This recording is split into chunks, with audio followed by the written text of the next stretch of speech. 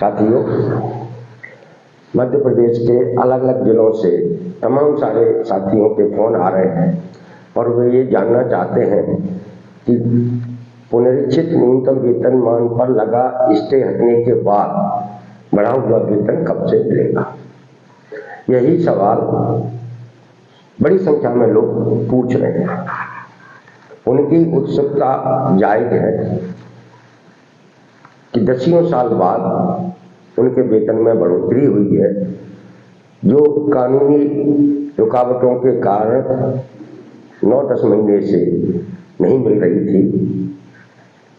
आप सब लोगों के संघर्ष और आंदोलन के कारण वो रुकावटें दूर हुई और आपको पुनरीक्षित वेतनमान मिलने का रास्ता साफ हुआ। अब इस मामले पर सरकार को फैसला लेना है। सरकार को फैसला इसलिए लेना है कि यह मात्र बढ़ा हुआ वेतन देने का मुद्दा नहीं है, मुद्दा 9 महीने के एरियर का है। मध्य प्रदेश में 5 लाख से ज्यादा ऐसे कर्मचारी हैं जो सरकारी विभागों में काम करते हैं, जिन्हें आउटसोर्स अस्थायी कर्मचारी कहते हैं, जो न्यूनतम वेतन के दायरे में है। 5 लाख लोगों के एरियर की व्यवस्था खुद सरकार को करनी है।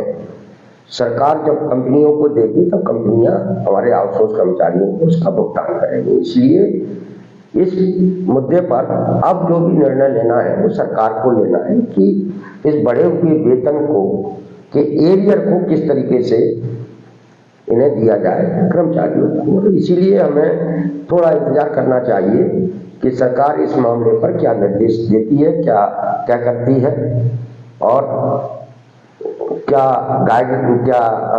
गाइडलाइन वो बनाती है कि एरियर एक मुश्त दिया जाएगा या किस्तों में दिया जाएगा। ये सारी चीजें अभी भविष्य के गर्भ में है, इन्हें सामने आने दीजिए। दूसरे 30 लाख से ज्यादा प्राइवेट सेक्टर के हमारे ठेका कर्मचारियों को, ठेका मजदूरों को बढ़ा हुआ वेतन का लाभ मिलना है। ठेका श्रमिकों को संख्या बहुत ज्यादा है, उन्हें भी एरियर मिलना है, उन्हें भी बढ़ा हुआ वेतन मिलना है, जिसका भुगतान कंपनियों के मालिकों को करना है। हो सकता है कंपनी मालिकों का दबाव हो सरकार पर कि आप कोई ऐसा रास्ता निकालिए जिससे 9 महीने का एरियर न देना पड़े। इस कारण से भी विलंब होने की संभावना दिख रही है। तो साथियों, हमें दिसंबर का वेतन जो जनवरी में मिलना है उसका इंतजार करना होगा और तब तक हो सकता है सरकार की तरफ से कोई निर्देश हम लोगों को, आप सब लोगों को मिल जाए। इसी तरीके से एक और मुद्दा है, हमारे बहुत सारे यूट्यूब चैनल तरह तरह की खबरें हमारे ग्रुपों में सोशल मीडिया पर डालते हैं कि वो हाई कोर्ट में कुछ तारीख चल रही है, उसका क्या हो रहा है, हाई कोर्ट का क्या मामला है, तारीख आगे बढ़ती जा रही वगैरह वगैरह। तो साथियों, वो इस तरीके की जो खबरें हैं, ठीक है, आज इस न्यूनतम वेतन पर जो स्टे लगा था, जो प्रकरण था, उसके साथ में दूसरे भी प्रकरण पंजीबद्ध थे न्यायालय में, उन पर जो है की डेटें आगे बढ़ रही हैं। हमारा जो आप सब लोगों का जो तात्कालिक मुद्दा था न्यूनतम वेतन पर लगा हुआ स्टे, वो हट चुका है। इसलिए उस तरीके के यूट्यूब चैनल के किसी भी इस तरीके के खबरों पर ज्यादा ध्यान देने की जरूरत नहीं है। तो साथियों, अंत में ये कि हम सब लोगों ने कि जो अपनी छोटी छोटी सांगठनिक और आंदोलनात्मक गतिविधियों के जरिए जो वातावरण पूरे मध्य प्रदेश में बनाया है, उसका दबाव सरकार पर है। हमें अपने इस दबाव को बनाए रखना है। इसलिए हम लोग ने अभी भोपाल में 15 दिसंबर को भी बाबा साहब अम्बेडकर की प्रतिमा पर खड़े होकर भारतीय जनता पार्टी की सरकार से विधानसभा चुनाव में किए गए वादे को निभाने का निभाव कार्यक्रम किया था और उनसे आग्रह किया था कि आपने जो विधानसभा चुनाव में हमें आउटसोर्स कर्मचारियों के संविदा की तरह सुविधाएं लाभ देने की बात की है, उसको पूरा किया है।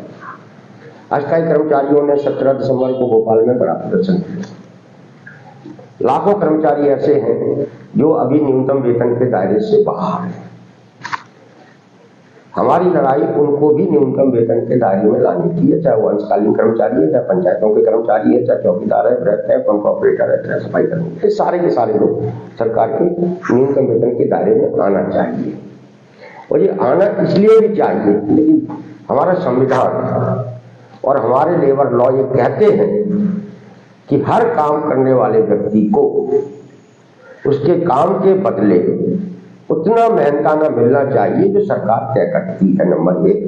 नंबर 2, हर काम करने वाले व्यक्ति के पास को सामाजिक सुरक्षा देना सरकार की जिम्मेदारी है, इसलिए उसे पीएफ, पीएसआई वगैरह की सुविधा मिलनी चाहिए। अभी लाखों हमारे कर्मचारी ऐसे हैं जिनका मैंने नाम लिया, उनका कोई न पीएफ करता है न कोई सामाजिक सुरक्षा है।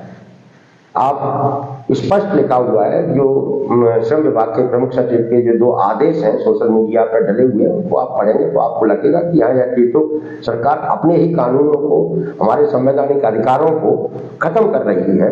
इसलिए हमारी लड़ाई बहुत गंभीर और बहुत बड़े तबके के आर्थिक हितों की लड़ाई है, जिसे हम लोग सरकार तक अपने लोकतांत्रिक तरीके से पहुंचाने का काम कर रहे हैं। इसलिए हमने 17 दिसंबर को 2 कार्यक्रम तय किए हैं।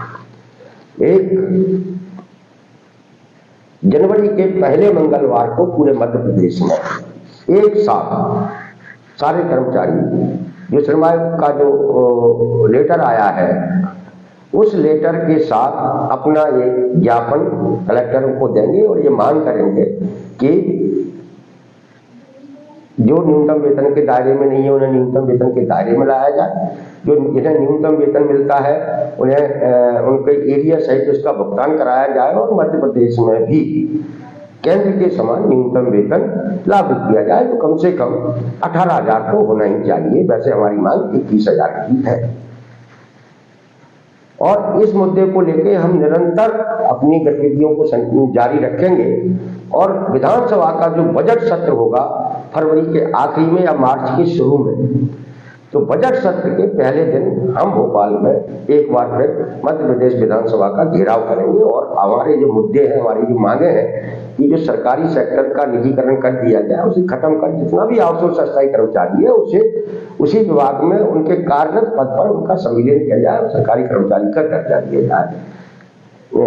जाए। और इस मांग को लेकर हम लोग बजट सत्र के दौरान मध्य प्रदेश विधानसभा का घेराव करेंगे। हम लोग 17 दिसंबर को भोपाल में नीलू के साजानी पार्क में अपनी बैठक करके तय कर चुके हैं। इसलिए साथियों, आप सब लोगों को अपने लिए, अपने आर्थिक हितों के लिए संगठित होना, एकजुट होना और अपनी सक्रियता को बनाए रखना जरूरी है।